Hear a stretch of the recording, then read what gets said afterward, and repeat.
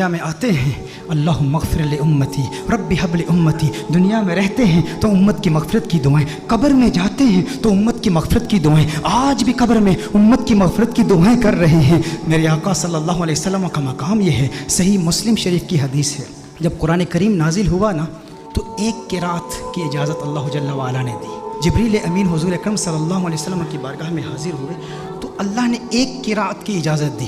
حضور اکرم صلی اللہ علیہ وسلم نے جبریل امین کو واپس بھیج دیا، جبریل واپس چلے جاؤ، اللہ کی بارگاہ میں عرض کرو کہ میری امت کے قبائل تو بہت زیادہ ہیں، اب ایک قرات کی اجازت، یہ میری امت کے لیے اس کا تلفظ آسان نہیں ہے، حوّن علی امتی، امت کو سہولت دی جائے۔ نبی کریم صلی اللہ علیہ وسلم نے جبریل امین کو واپس بھیج دیا، جبریل امین اللہ کی بارگاہ میں حاضر ہوئے۔ اب دیکھیں ہندوستان کے علماء بیٹھے ہیں، حضور کے امتی ہندوستان میں بھی رہتے ہیں نا، میں جب ہندوستان میں جاتا ہوں تو وہاں پر جب بیانات میں مجھے دعوت دی جاتی ہے، جب مجھے مدعو کرتے ہیں تو کہتے ہیں شاکب شامی کو ہم دعوت دے رہے ہیں۔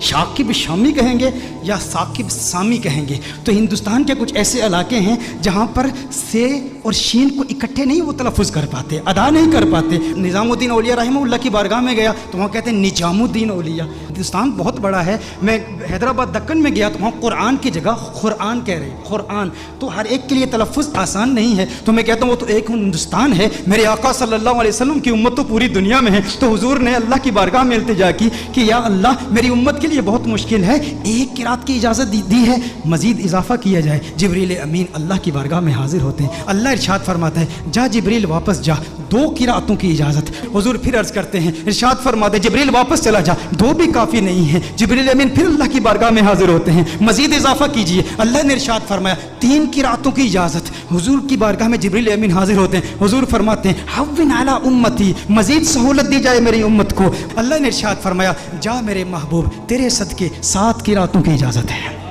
اللہ ناراض نہیں ہوا، اللہ نے ناراضگی کا اظہار نہیں کہ میں ارحم الراحمین ہوں، میں اپنی مخلوق کے تلفظ کو نہیں جانتا تو کون جانتا ہے؟ میرے محبوب بار بار جبریل کو واپس کیوں بھیجتا ہے؟ میں نے تو قرآن نازل کیا نا، لیکن اللہ نے ناراضگی کا اظہار نہیں کیا، بلکہ اللہ جل وعلا نے پیار کا اظہار کیا۔ اب اللہ کا پیار کیا ہے، اللہ کی محبت کیا ہے کہ محبوب یہ جو 3 بار تجھے تکلیف اٹھانی پڑی نا کہ تو نے جبریل کو 3 بار بھیجا ہے میری بارگاہ میں، اس تکلیف کی وجہ سے محبوب تجھے انعام دیتا ہوں، تجھ پہ اپنی عنایات کا نزول کرتا ہوں۔ وہ انعام کیا ہے؟ تجھے ضمانت والی 3 دعائیں دیتا ہوں، 3 دعائیں۔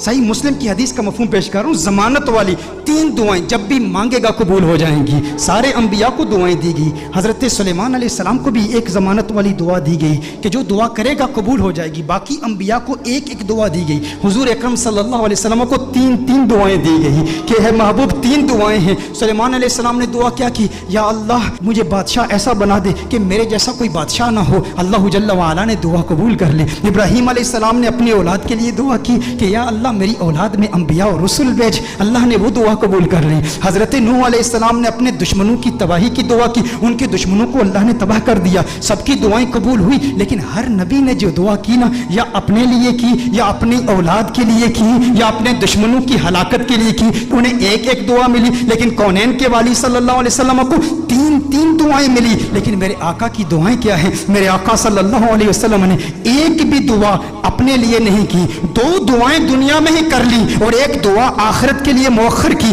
دنیا کے لیے جو دعا تھی وہ کیا تھی؟ اللہم اغفر لامتی، اللہم اغفر لامتی، اللہم اغفر لامتی، ہے اللہ میری امت کی مغفرت فرما۔ میرے آقا صلی اللہ علیہ وسلم نے دوسری دعا کیا کی؟ پھر اللہم اغفر لامتی، ہے اللہ میری امت کی مغفرت فرما۔ علماء نے کلام کیا ہے کہ پہلی جو دعا تھی وہ کبائر گناہ کے لیے تھی، دوسری جو دعائیں تھی وہ صغائر گناہ کی ہے، لیکن تیسری دعا میرے آقا صلی اللہ علیہ وسلم نے مؤخر کر لی۔ اور مؤخر کیوں کی؟ حضور نے ارشاد فرمایا یہ تیسری دعا آخرت کے لیے بچا کے رکھی ہے۔ یا رسول اللہ صلی اللہ علیہ وسلم کیوں بچا کے رکھی ہے؟ حضور نے ارشاد فرمایا وہ آخرت کا دن ایسا دن ہے جب سب نبیوں کی امتیں یہاں تک کہ انبیاء بھی میری بارگاہ میں حاضر ہوں گے، یہ ان کے لیے سنبھال کے رکھی ہے۔ حضور اکرم صلی اللہ علیہ وسلم نے ابراہیم علیہ السلام کی امت کے لیے، عیسیٰ علیہ السلام کی امت کے لیے، موسیٰ علیہ السلام کی امت کے لیے، ان سب کی امتوں کی مغفرت کے لیے یہ دعا سنبھال کے رکھی ہے۔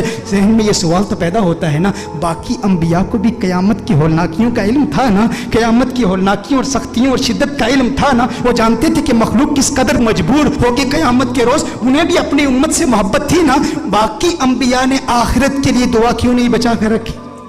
ذہن میں سوال پیدا ہوتا ہے، باقی انبیاء بھی اپنی امتوں سے پیار کرتے ہیں، لیکن انہوں نے اپنی امتوں کے لیے وہ دعا بچا کر کیوں نہیں رکھی؟ ایک دعا تھی امت کے لیے بچا کر رکھتے نا۔ انبیاء کو پتا تھا، انبیاء جانتے تھے کہ اس لجپال کو لاج ہے۔ ارے ہم کیوں پریشان ہوں جس کی آمد کے تذکرے ہم کب سے کر رہے ہیں، اپنی امتوں کو بتا رہے ہیں وہ محمد عربی آ رہا ہے، وہ لجپال ہے، جہاں اپنی امتوں کو بچائے گا وہاں ہماری امتوں کو بھی بچائے گا۔ میرے آقا صلی اللہ علیہ وسلم فقط اپنی امت کے لیے نہیں آئے، وہ رحمت للعالمین ہیں، وہ عیسیٰ کے لیے بھی آئے ہیں اور عیسیٰ کی امت کے لیے بھی آئے ہیں، وہ موسیٰ کے لیے بھی آئے ہیں، موسیٰ کی امت کے لیے بھی آئے ہیں، وہ ابراہیم کے لیے بھی آئے ہیں، ابراہیم کی امت کے لیے بھی آئے ہیں، وہ نوح کے لیے بھی آئے ہیں اور نوح کی امت کے لیے بھی آئے ہیں۔ علی نبینا وعلیہ الصلوۃ والسلام، انہیں پریشانی نہیں تھی، وہ جانتے تھے وہ لجپال ہیں، انہوں نے پہلے ہی انتظام کر رکھا ہے، وہ سب کی شفاعت کر دیں گے، کیونکہ میرے آقا صرف اس امت کے لیے نبی نہیں، وہ سب کے لیے نبی ہیں، یہاں تک نبیوں کے لیے بھی نبی ہیں۔ اعلیٰ حضرت نے یہ احمد رضا صاحب کلام پڑھ رہے تھے، اس وقت مجھے اعلیٰ حضرت کا وہ کلام یاد آیا۔ اعلیٰ حضرت نے بڑا خوبصورت تخیل باندھا ہے کہ دنیا میں میرے دل میں یہ خواہش ہے کہ نبیوں اور رسولوں سے ملوں اور سارے انبیاء اور رسول سے ایک التجا کروں، ان سے ایک بات پوچھوں۔ یہ کس کی خواہش ہے؟ اعلیٰ حضرت کی خواہش ہے کہ اس دنیا میں سارے انبیاء اور رسول سے ملاقات کروں اور ان سے ایک سوال پوچھوں۔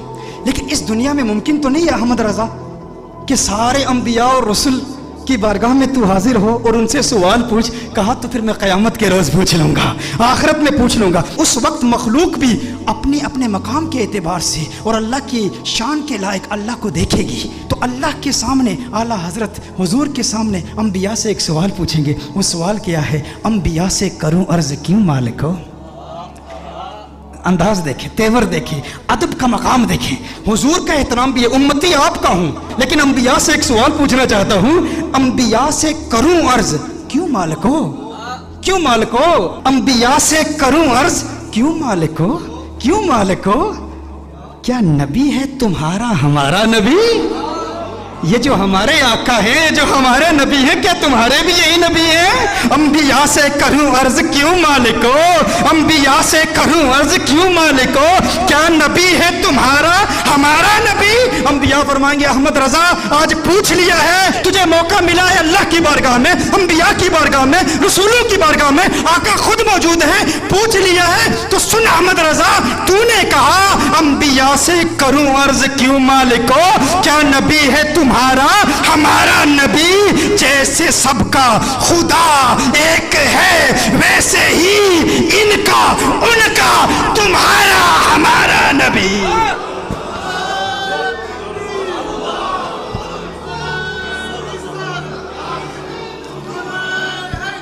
جیسے سب کا خدا ایک ہے ویسے ہی ان کا ان کا تمہارا ہمارا نبی۔ کرن بدلی رسولوں کی ہوتی رہی، چاند بدلی کا نکلا ہمارا نبی۔ کیا خبر کتنے تارے کھلے چپ گئے، پر نہ ڈوبے نہ ڈوبا ہمارا نبی، پر نہ ڈوبے نہ ڈوبا ہمارا نبی۔